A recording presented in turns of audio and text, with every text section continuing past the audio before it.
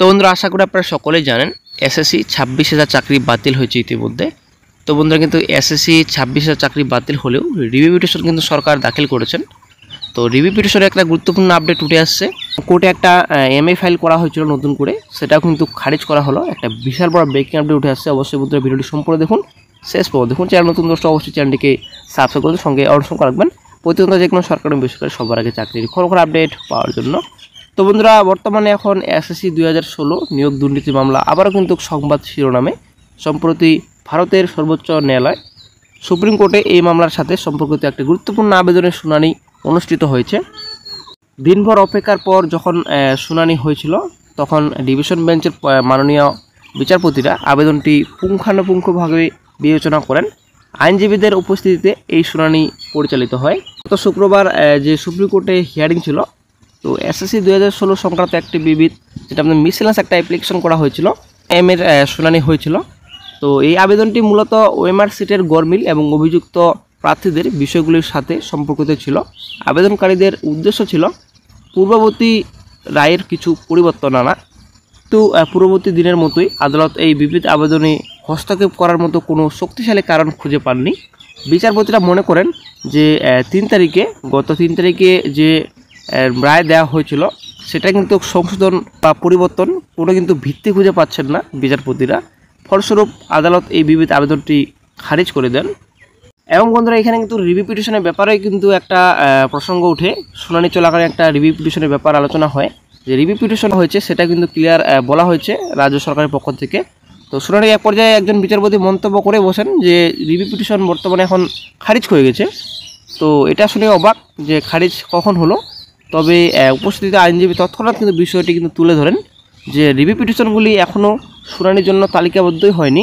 ঘটনাটিকে বিচারপতিদের একটি পূর্বানুমান হিসেবে দেখা যেতে পারে, যা রিভিউ পিটিশনের ভবিষ্যৎ সম্পর্কে একটা ইঙ্গিত বহন করে। বর্তমানে আসলেই একটা গুরুত্বপূর্ণ এটাই আপডেট যে একজন বিচারপতি কিন্তু মন্তব্য করে বসেন যে রিভিউ পিটিশনটি খারিজ হয়ে গেছে। ঠিক আছে, এই যে রিভিউ পিটিশনটি খারিজ হয়ে গেছে একজন বিচারপতি বললেন কথাটি। তো আসলে বন্ধু একটা বিশাল বড় একটা কিন্তু ইঙ্গিত বর্তমানে একটা পাওয়া যাচ্ছে যে এই যে রিভিউ পিটিশন দাখিল করেছে রাজ্য সরকার, তো রিভিউ পিটিশনে কি গুরুত্বপূর্ণ আপডেট নেক্সটে পাওয়া যায়। বিশাল বড় ব্রেকিং আপডেট।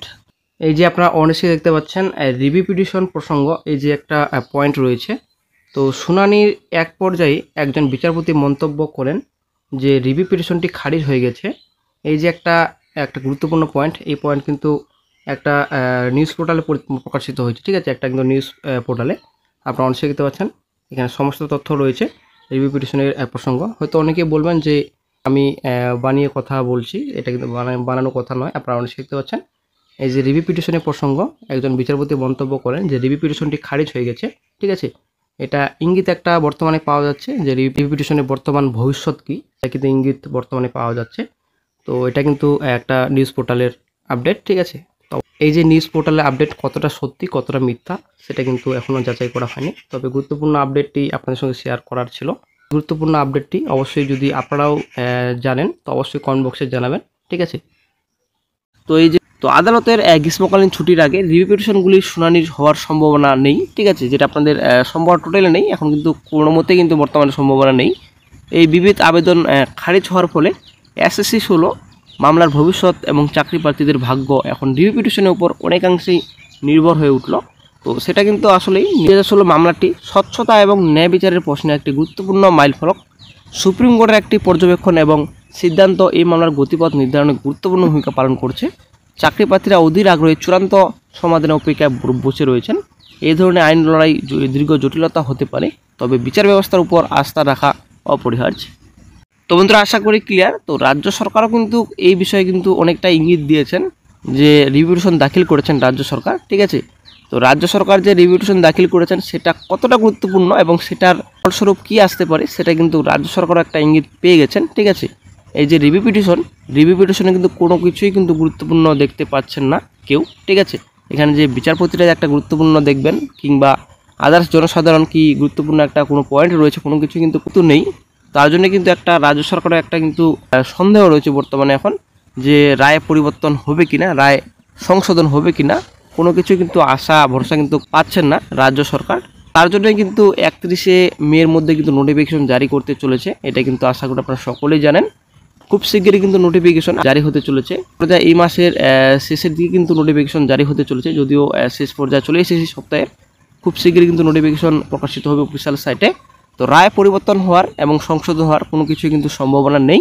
রিভিউ পিটিশন খারিজ হওয়ার সম্ভাবনাটা অনেকটাই বেশি, কারণ চেম্বারেই এখনও পর্যন্ত পৌঁছায়নি। এবং যেটা আমার লিস্টেড হবে, লিস্টেডও কিন্তু কোনো মতে হচ্ছে না।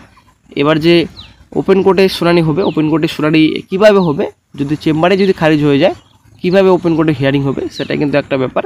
যে একটা সুপ্রিম কোর্টে এসএসসি 2016 সালে মামলা একটা যেটা মিসেলেনিয়াস অ্যাপ্লিকেশন করেছিল, তো সেই মিসেলেনিয়াস অ্যাপ্লিকেশন কিন্তু সেটাও খারিজ করা হয়েছে। তো আসলে বন্ধু একটা বিশাল বড় ধাক্কা রাজ্য সরকারের বর্তমানে।